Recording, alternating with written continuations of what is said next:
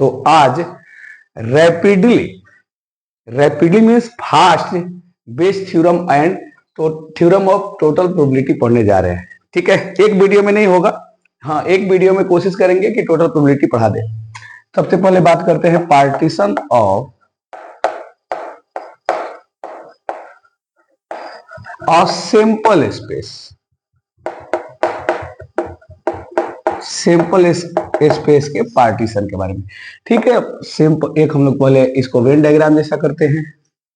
जिस तरह से सेट में वेन डायग्राम होता है इस तरह से वो प्रोबेबिलिटी में भी होता है। सेट प्रोबेबिलिटी बहुत मिलता जुलता है। और ये जो पूरा रेक्टेंगुलर पार्ट है वो किसको दिखाएगा?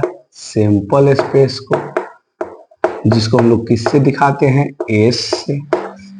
और इसके इनसाइड जो रहेंगे उसको हम इवेंट बना देंगे। ये इवेंट मान लेते हैं E1 है, कुछ ना कुछ इवेंट है। ये इवेंट E2 है, इधर E3 है,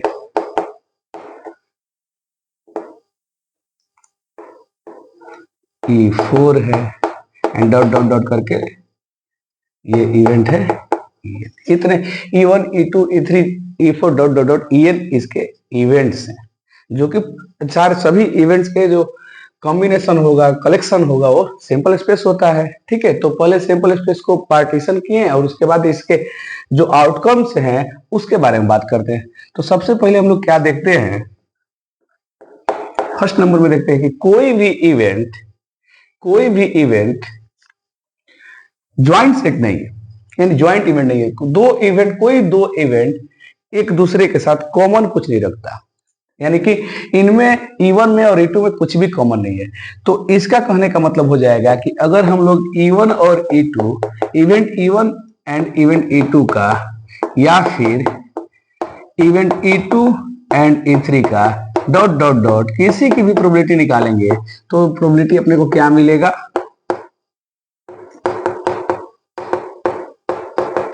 जीरो मिलेगा।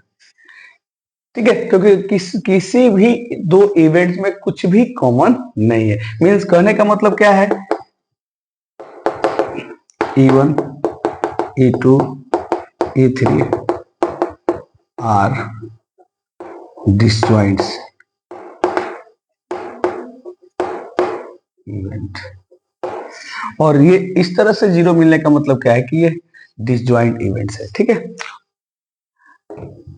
अब इसको हम लोग ये भी कह सकते हैं म्यूचुअली एक्सक्लूसिव है। कैसा इवेंट्स है? Mutually exclusive event.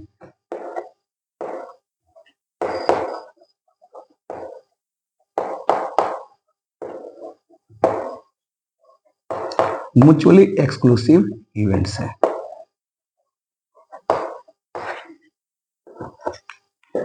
Mutually exclusive events. Second, हम इसके बारे में क्या कंक्लूजन निकाल सकते हैं कि अगर सारे इवेंट्स का, ठीक है, ये सभी इवेंट म्यूचुअली एक्सक्लूसिव है, कोई एक दूसरे के साथ कुछ भी कॉमन नहीं रखता, लेकिन सभी इवेंट्स का अगर यूनियन किया जाए, सभी इवेंट्स का यूनियन लिया जाए तो हमको पूरा का पूरा सैंपल स्पेस मिल जाएगा। और उनकी प्रोबेबिलिटी क्या हो जाएगी? सैंपल स्पेस की probability means P E1 union E2 plus P E2 union E3 dot dot dot probability of En-1 union En क्या हो जाएगा? Probability of sample space. किसका प्रोबेबिलिटी आ जाएगा? सैंपल स्पेस का। That is E1 union E2 plus E2 union E3 plus इसके बाद dot dot dot दिखा के लास्ट En-1 यूनियन En किसके इक्वल हो जाएंगे? पूरा पूरा सैंपल स्पेस के इक्वल हो जाएगा। अगर इसको इस तरह से लिखना चाहें तो ये हो जाएगा। एक थर्ड और कंक्लूजन निकाल सकते हैं, क्या कोई भी इवेंट ऐसा है जिसमें कुछ ना कुछ एलिमेंट ना हो, कुछ भी ना हो? ऐसा नहीं है। सभी इवेंट्स कुछ ना कुछ एलिमेंट्स रखते हैं, यानी सब इवेंट कभी अकर हुआ है, सभी के सभी इवेंट अकर्स हुए हैं। यानी कि किसी भी इवेंट का अकर होने की जो प्रोबेबिलिटी होगा, आई से दिखा देते हैं, आई कुछ भी हो सकता है 1 2 3 4, वो ग्रेटर देन जीरो होगा ही होगा। ठीक है, मीन्स कोई भी इवेंट, यहाँ पे कोई भी इवेंट इम्पॉसिबल इवेंट नहीं है। तो ये है partition of a sample space की कहानी। यहां तक हम लोग सैंपल स्पेस को पार्टीशन करके समझे। ठीक है, अब इसके आगे हम लोग टोटल प्रोबेबिलिटी को भी समझते हैं।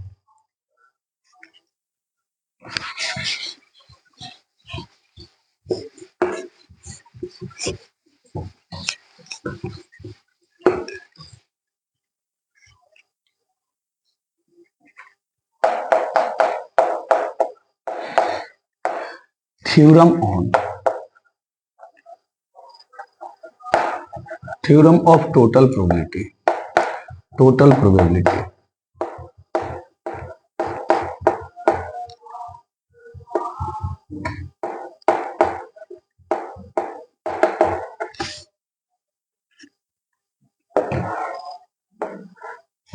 इस साइड में बनाते हैं, बाद में स्पेस की प्रॉब्लम हो जाता है ना। सेम टू सेम हम लोग वही सिंपल स्पेस बना देते हैं रेक्टेंगल से, इवेंट रहेगा इवन, मिटाना नहीं चाहिए था, कोई बात नहीं, मिट गया तो मिट गया।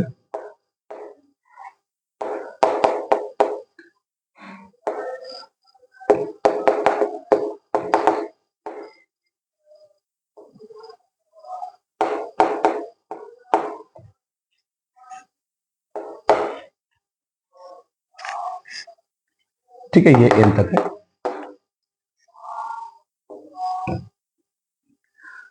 एक न्यू इवेंट ए लेते हैं,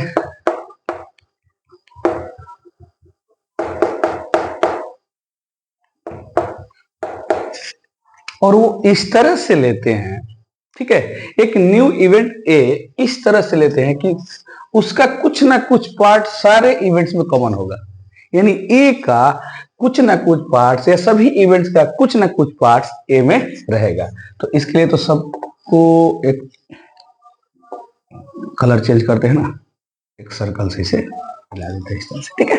अब ये सर्कल क्या इंडिकेट कर रहा है कि ये जो इवेंट ए है ना, न्यू इवेंट ए, उसका कुछ पार्ट E1 के साथ भी कॉमन है, E2 के साथ भी कॉमन है, इसको हम शेडेड कर दे रहे हैं, E3 के साथ भी कॉमन है, E4 के साथ भी कॉमन है, ई डॉट डॉट डॉट जो भी है इवेंट्स हैं बीच में आ जाएंगे उनके साथ भी कॉमन है, और EN के साथ भी कुछ ना कुछ पार्ट ए का कॉमन है। ये न्यू इवेंट ए बना है, और इवेंट ए सारे इवेंट्स में कुछ ना कुछ कॉमन रखता है।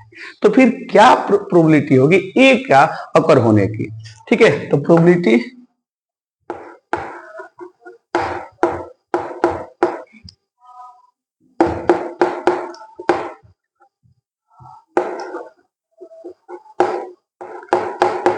इसी को बोलते हैं टोटल प्रोबेबिलिटी थ्योरम।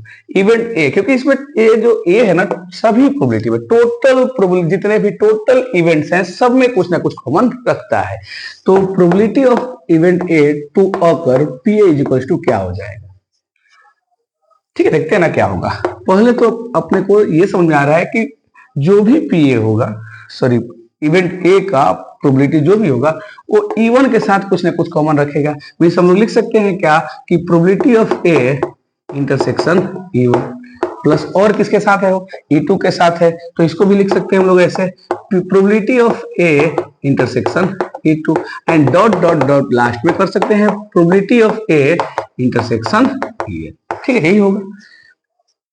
अब देखिए सब में कुछ ना कुछ इसका पार्ट्स कॉमन है, सब में कुछ ना कुछ, यानी कि अब हाँ पूरा E1 नहीं होगा, E2 भी नहीं होगा, हाँ एक चीज है और कि E1 जब अकर हो चुका है तब ए आया है, यानी कि इनके इंटरसेक्शन जो होगा वही कॉमन पार्ट होगा, उतना ही प्रोबेबिलिटी होगा ए का अकर होने का जब E1 हो चुका है। सेम टू सेम वही लॉजिक यहाँ लगाएंगे, जितना E2 हो चुका है उसके बाद A1 हुआ है, तो अब E2 के होने के बाद ए का अकर होने का जो प्रोबेबिलिटी होगा वो सिर्फ इतना ही होगा जो शेडेड रीजन है।